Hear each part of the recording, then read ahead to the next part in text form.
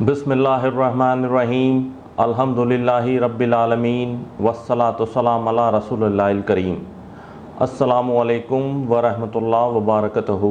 Dear brothers and sisters in Islam, so this is the 7th episode of the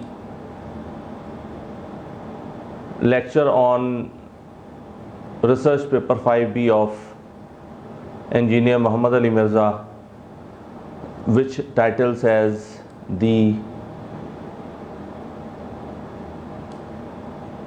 Salam ala Rasulullah Kareem.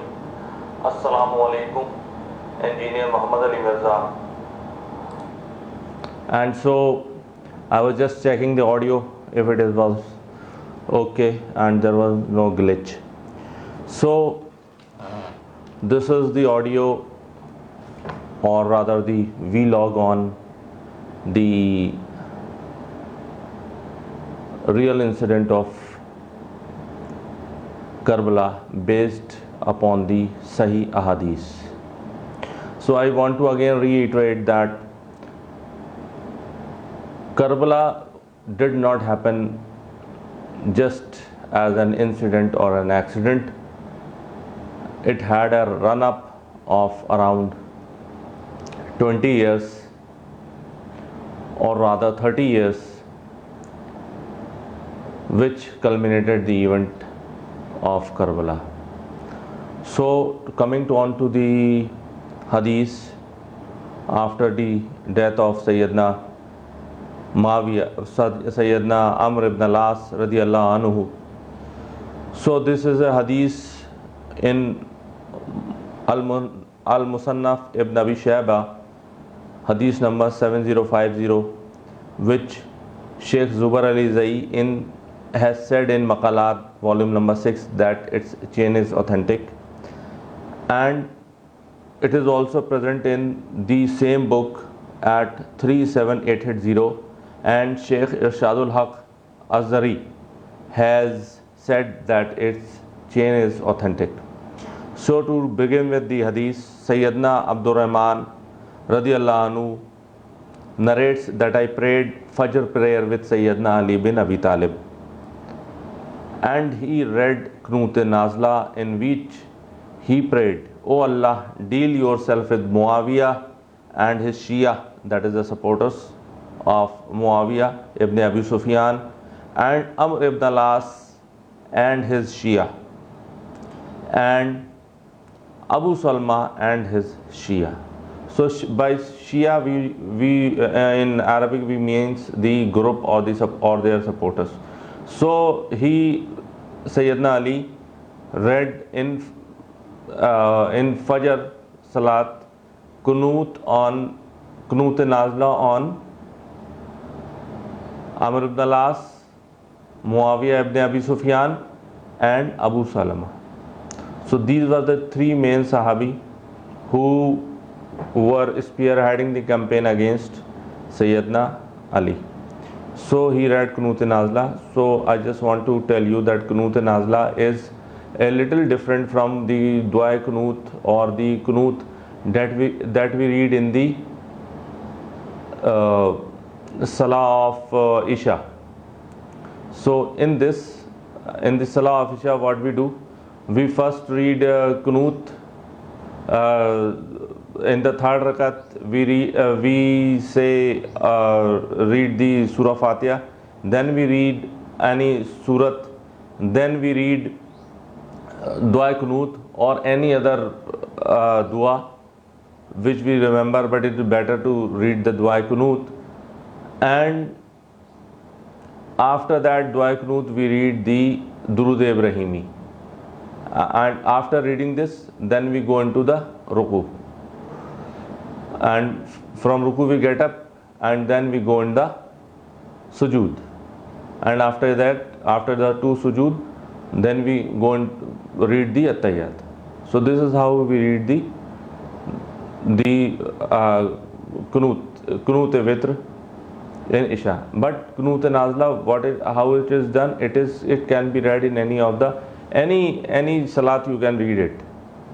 There's no limitation in which you will read and which you will not. You can read it in any salat, but in this is that after reading dua in Surah Fatiha and any surat, then we go into the ruku.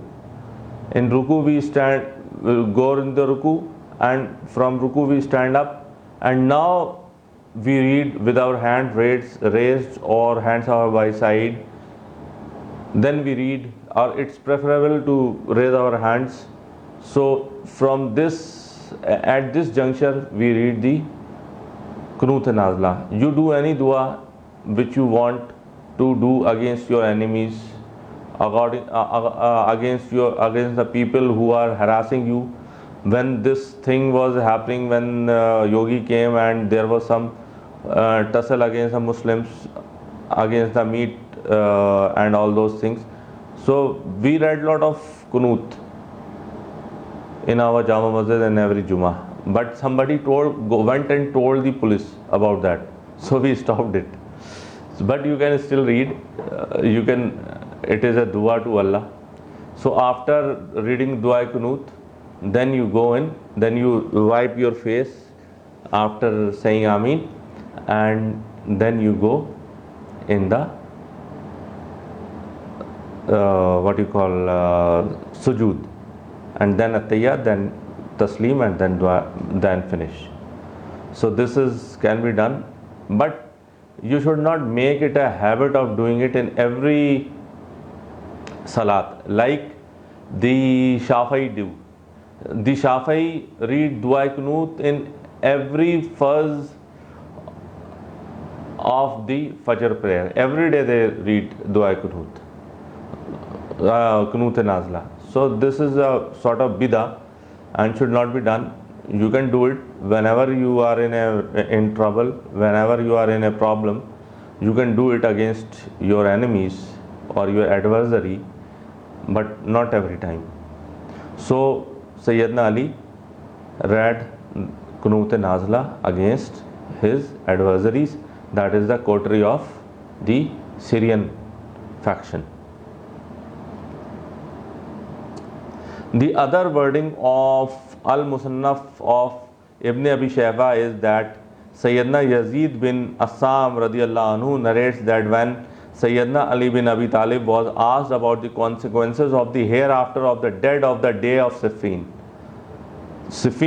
Battle of Siffin was fought between Sayyidina Ali and Muawiyah ibn Abi Sufyan, and it is the battle when a lot of Sahaba Kram were killed, and the prominent among them was Sayyidina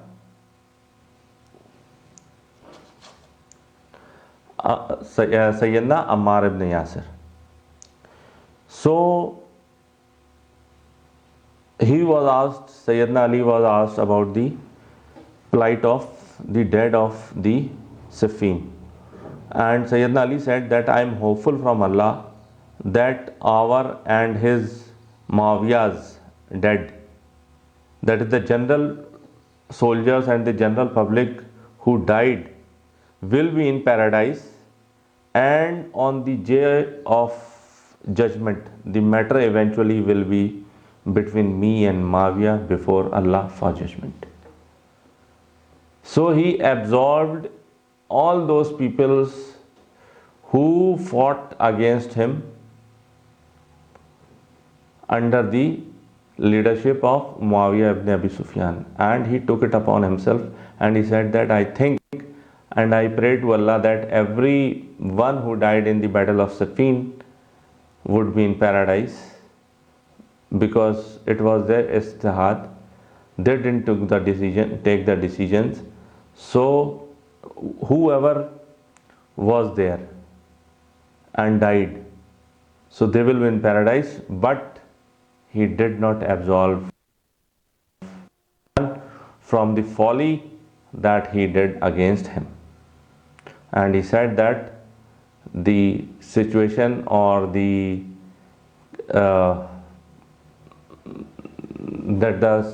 result or the verdict will be given by Allah, that who was right in what Muawiyah ibn Abi Sufyan and Sayyidina Ali did. So coming on to the another hadith, Sayyidina Abu Sa'id Khudri radiyallahu anhu narrates that the Messenger of Allah sallallahu alaihi wasallam said, "The people of my ummah after me will be divided into two groups." That is the group of Sayyidina Ali and Muawiyah ibn Abi Sufyan. And from these two Muslim groups, a third group, that is the Kharajites, the Khawarij, will secede. And out of those two groups, that is Sayyidina Ali bin Abi Talib and Muawiyah, the group which is closer to the truth will fight with this separated groups, that is the Kharajites. So this is again a litmus test or a decree of Muhammad sallallahu alaihi wasallam. He prophesied that the group who will kill Sayyidina Ali will be on the wrong path. Sayyidina Ammar ibn Yasir will be on the wrong path. And second was that after the two groups of Muslims will fight, a third group will emerge from these groups, and that will be Kharajites. And these Kharajites will be fought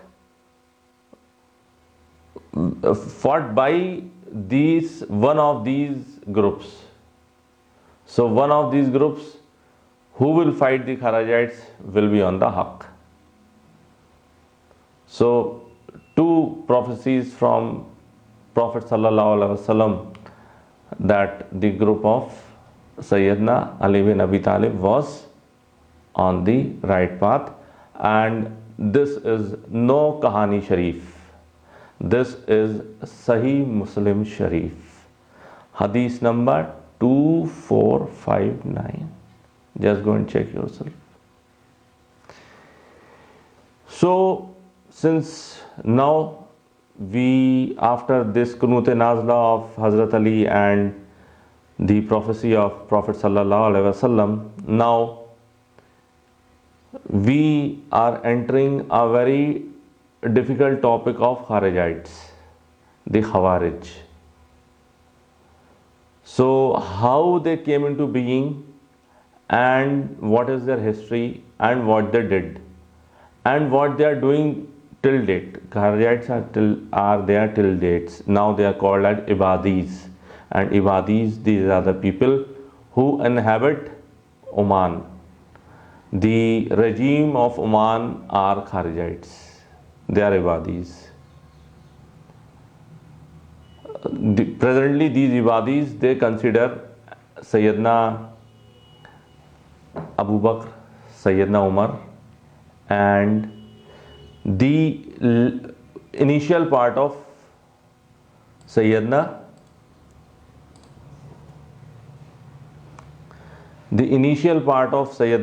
Usman to be a righteous period, and after that they do Sayyidina Ali and Muawiyah ibn Abi Sufyan and the Abbasids and the Umayyad rulers or the rightly guided caliphs. They don't consider Ali radiallahu anhu as caliphs, but they consider him to be, they don't revile him, but they don't, if you are not accepting Ali, then it's like you are reviling him. So coming on to this hadith of Sahih Bukhari 6933 and Sahih Muslim 2456. So in this hadith, Sayyidina Abu Sa'id Khudri radiyallahu anhu narrates that the Prophet was distributing the booty, and Abdullah ibn Zul Khuwaisra Tamimi came and said, "Be just, O Muhammad." Na'uzubillah min zalik. How can you say such a thing to Prophet sallallahu alaihi wasallam? On hearing this, the Prophet sallallahu alaihi wasallam said angrily, Woe to you, who would be just if I were not? Can you imagine? Who can be more just than Prophet sallallahu alaihi wasallam? No one. And so Prophet sallallahu alaihi wasallam told him that I am the most just. Sayyidina Umar bin Khattab was there. He got angry and he said, allow me to struck off his neck. Then Prophet sallallahu alaihi wasallam said, leave him, for in the future he has companions, and if you compare your prayers with their prayer and your fasting with theirs, you will look down upon your prayer and fasting in comparison to theirs. That is, those Kharijites will be worshipping too much. People will consider their own worship to be very minuscule in comparison to the worship that the Khawarids will do. And people have seen that after that. And today even people are seeing that. But in a very bad way.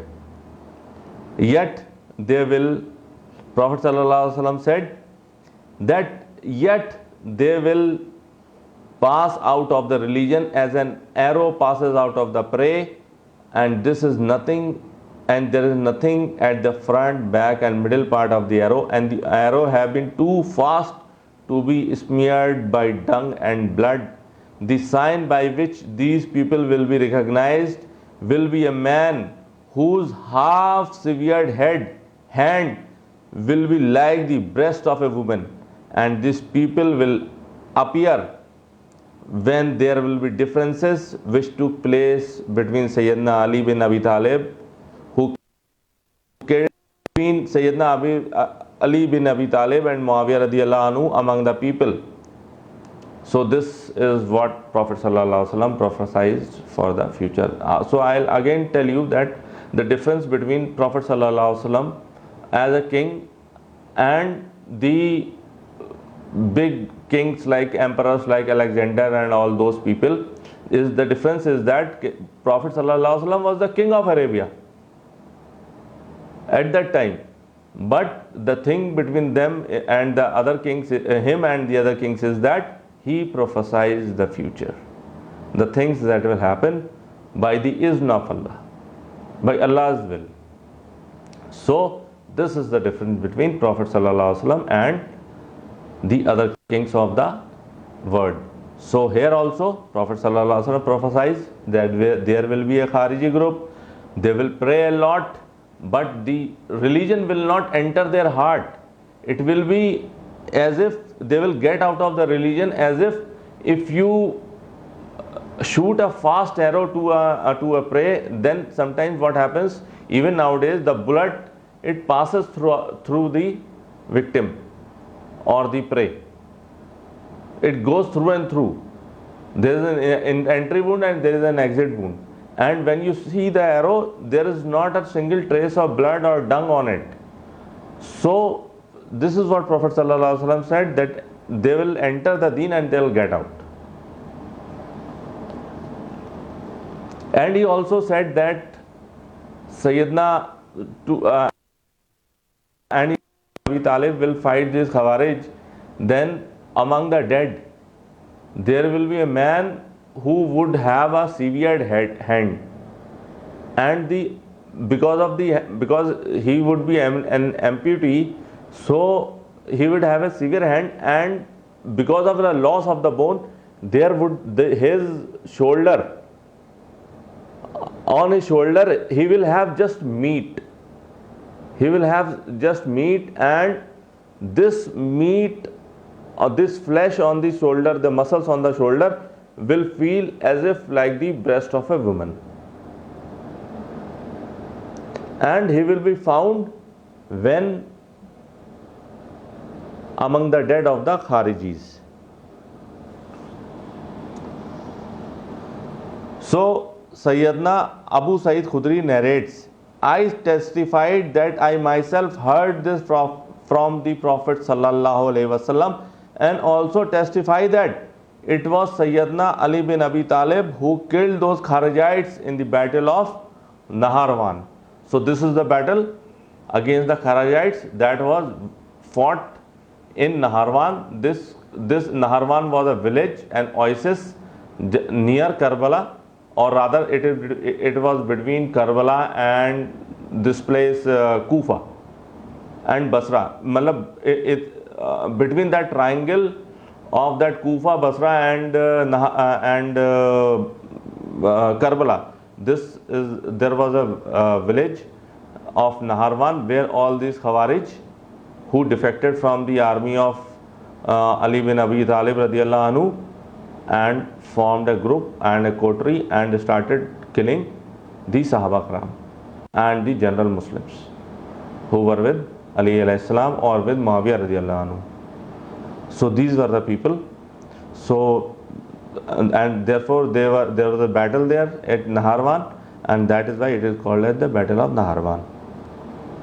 While I was with him, that is Ali bin Abi Talib, the dead body of the man from among those killed from the Kharajites with the description given by the Prophet sallallahu alaihi wasallam.